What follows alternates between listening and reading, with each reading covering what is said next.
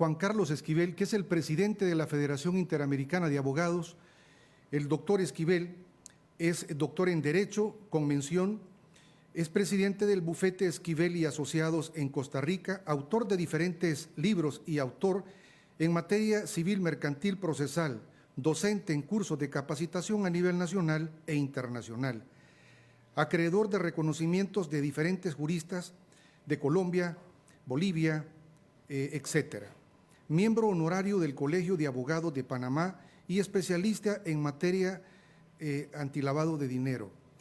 El doctor Esquivel es el presidente, como les dije, de la Asociación Salvadoreña, perdón, de la Federación Interamericana de Abogados, que es un honor tenerlo con nosotros. Y por supuesto tenemos al doctor Díaz Risi, Sergio Díaz Risi, que es el presidente del Instituto Iberoamericano de Derecho Parlamentario, sede Argentina. El doctor Díaz Risi es doctor en Derecho en la Universidad Complutense de Madrid, miembro de la Federación Interamericana de Abogados, del Comité de la Rama Argentina de la Federación, vicepresidente de la Asociación Argentina de Derecho Constitucional, director del Instituto de Derecho Parlamentario, autor de libros y publicaciones en materia constitucional, académico de Derecho Constitucional de la Cátedra de Libre de Derecho Parlamentario de la Universidad Nacional de Tucumán.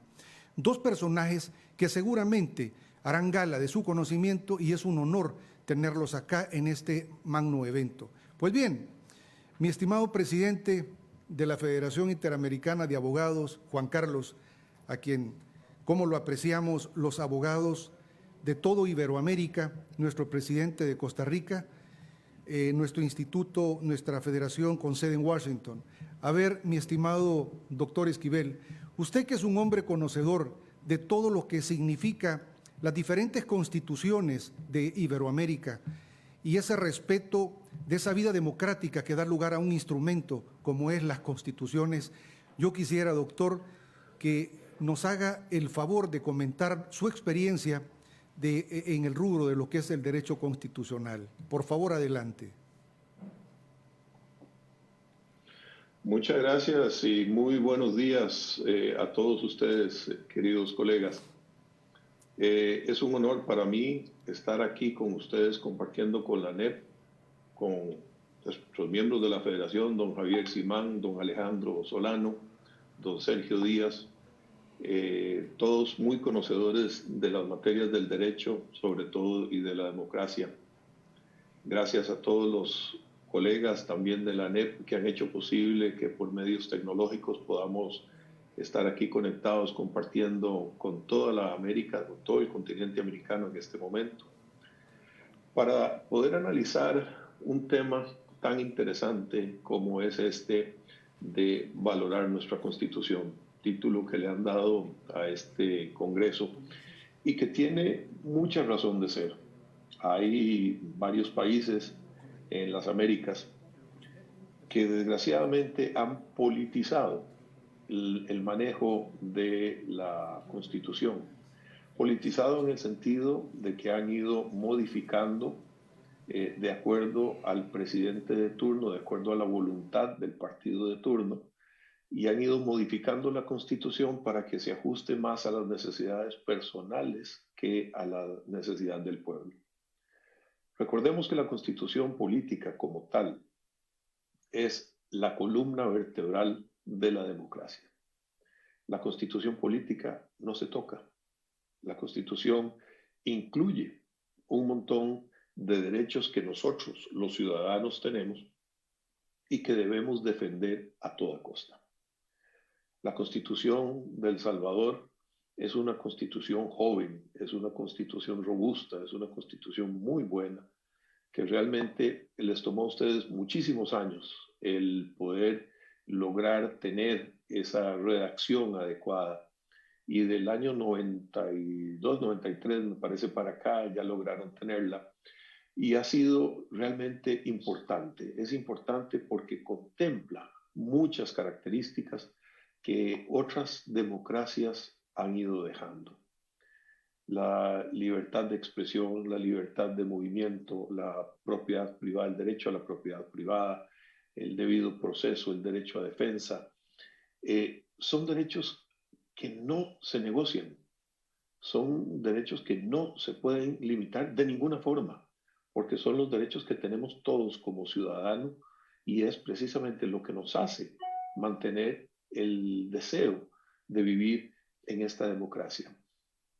Ustedes, para lograr tener esa constitución que tienen hoy en día, tuvieron muchos años una guerra civil. Entiendo que murieron cerca de 75,000 personas para poder defenderla y poder llegar a tener la que tienen ustedes hoy en día. Repito, una muy buena constitución, diría yo que también está entre las mejores de América en este momento. Hay países que las han ido dejando, que las han ido tocando y que las han ido alterando, que países que hoy en día tienen una situación bastante incómoda políticamente hablando, y ha sido precisamente por no respetar y valorar la constitución que tenían en ese momento. Muestra de ello, Bolivia, Venezuela, Nicaragua. Son tres países que se dieron a la lucha de estarla tocando, de estarla modificando, de estarla alterando, de acuerdo al presidente que tenían en ese momento, con el agravante de que una vez que la tocan, el siguiente paso a modificar es la parte de las elecciones, el Tribunal Electoral. En Costa Rica nosotros mantenemos una especie de cuarto poder, llamémoslo de esa forma, donde en el Tribunal Supremo de Elecciones hemos cedido toda la materia que tenga que ver con elecciones, con el derecho electoral. Ni siquiera la Sala Constitucional se mete con ellos. Ellos son amos y señores de las elecciones, precisamente para dar y respetar esa independencia que se tiene que tener. ¿Por qué? Porque esa independencia es precisamente lo que mantiene esa democracia, es la que evita los fraudes, es la que hace que podamos elegir adecuadamente y que sea la mayoría del pueblo quien tome la decisión de quién es el que va a gobernar. Parte de las peculiaridades de la Constitución radica precisamente en esa división de poderes que también se mantiene, donde tenemos esa división entre el poder ejecutivo, el legislativo y el judicial. Cada uno de ellos teniendo amplias facultades y mucho trabajo por delante, pero a la vez, también muy importante, cada uno de ellos teniendo que trabajar conjuntamente con el otro en bien del país. La prioridad no es el gobierno de turno, la prioridad es los ciudadanos, sus derechos, todo lo que puedan hacer, todo lo que necesiten hacer. Hoy por hoy, en este año 2020, que ha sido un año tan duro para todo el mundo en general, hemos tenido que lidiar con esta pandemia del COVID-19. Y esta pandemia lo que ha hecho es que en algunos países se busque también modificar la Constitución con la excusa de que se desea modificar para mejorar la situación o dictar leyes nuevas que den más poder o limiten a su vez los derechos de los ciudadanos. Y esto no está correcto. Existe una sentencia que mencionaba hace un rato en un programa anterior de la Corte Interamericana de Derechos Humanos. La Corte Interamericana, en esta sentencia del mes de abril del presente año, nos ha indicado que precisamente el derecho a la salud está por encima del de la libertad de tránsito y que en protección de este derecho el Estado sí tiene la facultad de poder crear ciertas limitaciones temporales para poder asegurarse de que tiene bajo control la pandemia. Estas limitaciones, por ejemplo, en el caso nuestro acá en Costa Rica, han sido, entre ellas, el limitarnos los días que podamos salir o los días que puedan abrir nuestras oficinas.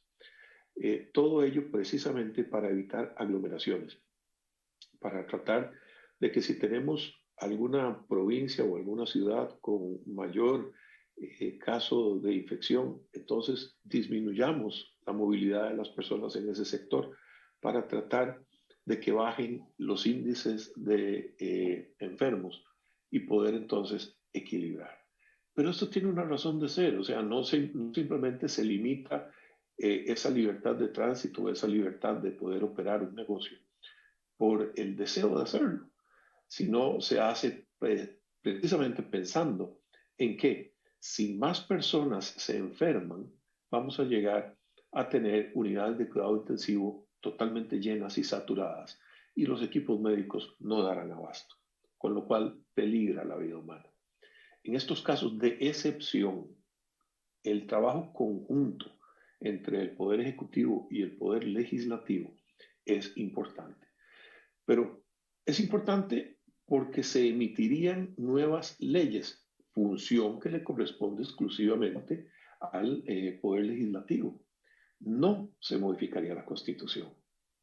La Constitución, al ser la columna vertebral, ella tiene los derechos, digámoslo así, establecidos en una forma general de lo que podemos hacer en términos generales. Cómo se va a hacer, cómo se van a modificar, o cómo se van a mantener, o cómo se van a proteger, son regulaciones que vengan posteriores. Se cuenta, por ejemplo, que siguiendo en esta misma línea de importancia, la Constitución de los Estados Unidos es de 1787. En todo este montón de años que tienen ellos de tener Constitución, no ha sido modificada. Lo que se ha ido es normando ciertas aplicaciones.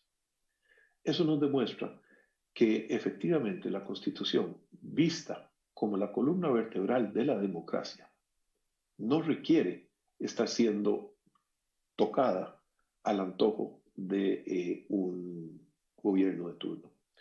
La ventaja también, tanto en el sistema constitucional salvadoreño como lo tiene también el costarricense, es que una modificación requiere mucho tiempo y requiere mayoría en la Asamblea y requiere una ratificación posterior en otro periodo constitucional de otra Asamblea. Pero esto no es necesario, vuelvo y repito, cuando nosotros tenemos leyes que se están aplicando adecuadamente, podemos funcionar y podemos funcionar todos bien. Podemos emitir también limitaciones a través de la Asamblea Legislativa que nos permitan a todos disponer de esa libertad sin poner en riesgo la salud de la mayoría, que al final de cuentas eso es lo que cuenta. Esa independencia de poderes debe mantenerse y debe mantenerse porque precisamente es lo que evita el que uno tenga más poder sobre el otro.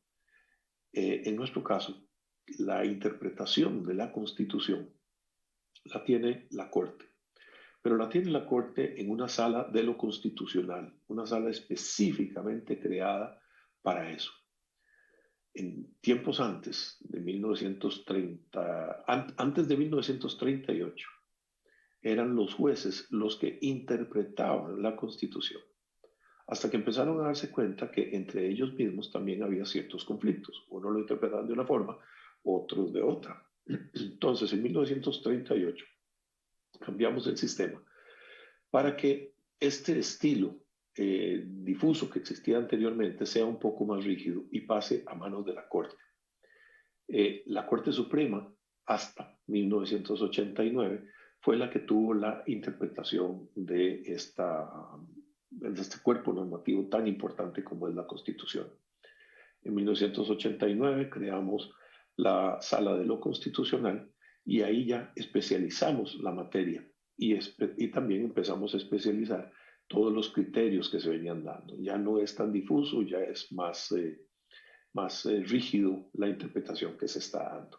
Social, lo que son los derechos al trabajo, los derechos a recibir un emolumento adecuado por el trabajo que se está brindando.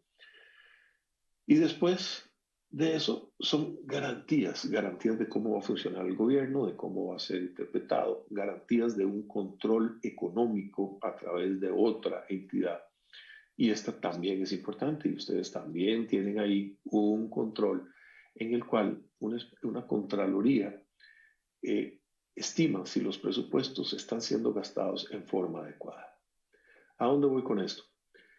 Con la situación del COVID que se ha venido presentando, el gran problema que ha tenido la mayoría de los países ha sido precisamente el aspecto económico. Ninguno de nosotros estaba preparado para poder cubrir los gastos de una pandemia que ni siquiera sabíamos que se venía. Todos teníamos proyectos para construir, para remodelar, para invertir, para desarrollar el Estado social de derecho. Y sin embargo nos aparece esta pandemia y de repente vemos que no tenemos necesariamente las herramientas adecuadas para poder proteger a la población en los sistemas hospitalarios, en las unidades de cuidados intensivos, en la cantidad de mascarillas que se necesitan para la respiración adecuada. Entonces todos los gobiernos se han visto obligados a de alguna forma coordinar con el poder legislativo para poder hacer variaciones al presupuesto que ya había sido aprobado anteriormente. Y con esto poder destinar más fondos a la protección de la salud de los ciudadanos. Y esto demuestra que el sistema democrático sí funciona, porque es donde el poder ejecutivo, trabajando conjuntamente con el poder legislativo, emiten esas nuevas leyes para que el poder ejecutivo las pueda aplicar y pueda destinar esos fondos que requería, ya sea, llámese consiguiendo empréstitos internacionales o modificando el presupuesto que ya había sido aprobado, pudiera destinar esos fondos para la defensa de la salud pública. La Constitución como tal ha servido. La Constitución no se ha modificado, no se ha tocado. La Constitución en los casi 80 años que tenemos de tenerla funcionando en Costa Rica ha sido ampliada en cerca de 50 ocasiones. No hemos quitado derechos, por el contrario, damos más derechos. La última de ellas fue declarar el agua como derecho humano y todas las personas tienen derecho a recibir agua pura, limpia, para poder sobrevivir. Con todo esto, ¿qué les quiero decir? La Constitución, como tal, debemos valorarla, debemos valorar lo que tenemos, debemos saber aplicarla adecuadamente. El gobierno, sea cual sea, tiene en ella un marco de lo que puede y lo que debe hacer en beneficio de los ciudadanos para proteger sus derechos. Por lo tanto, una de las cosas más difíciles es que todos sabemos que la Constitución existe, pero pocos la hemos leído. Mi queridísimo, creo que todos deberíamos leerlo. Mi queridísimo presidente, gracias de antemano, de verdad. Ha sido un día bastante arduo porque usted ha tenido conferencias en TCS Noticias y nos ha permitido contar con usted. Le agradecemos de manera muy particular la Asociación Salvadoreña, la ANEP le agradece fundamentalmente su participación, pero de igual la República de El Salvador agradece. Tenemos 30 segundos, estimado presidente, para que usted pueda expresarnos algo al respecto, pero además recuérdese que vamos a cumplir 80 años en la Federación Interamericana de Abogados y vamos a celebrarlos a lo grande, 80 años de existencia, en donde tuvimos la gracia y la dicha de contar con un jurista como fue el doctor Luis Nelson Segovia, que hizo gala en la Federación Interamericana de Abogados, ¿verdad?, de su talento y su amistad. Tiene 30 segundos, doctor Esquivel, para decirnos algo, ¿verdad? Muchas gracias.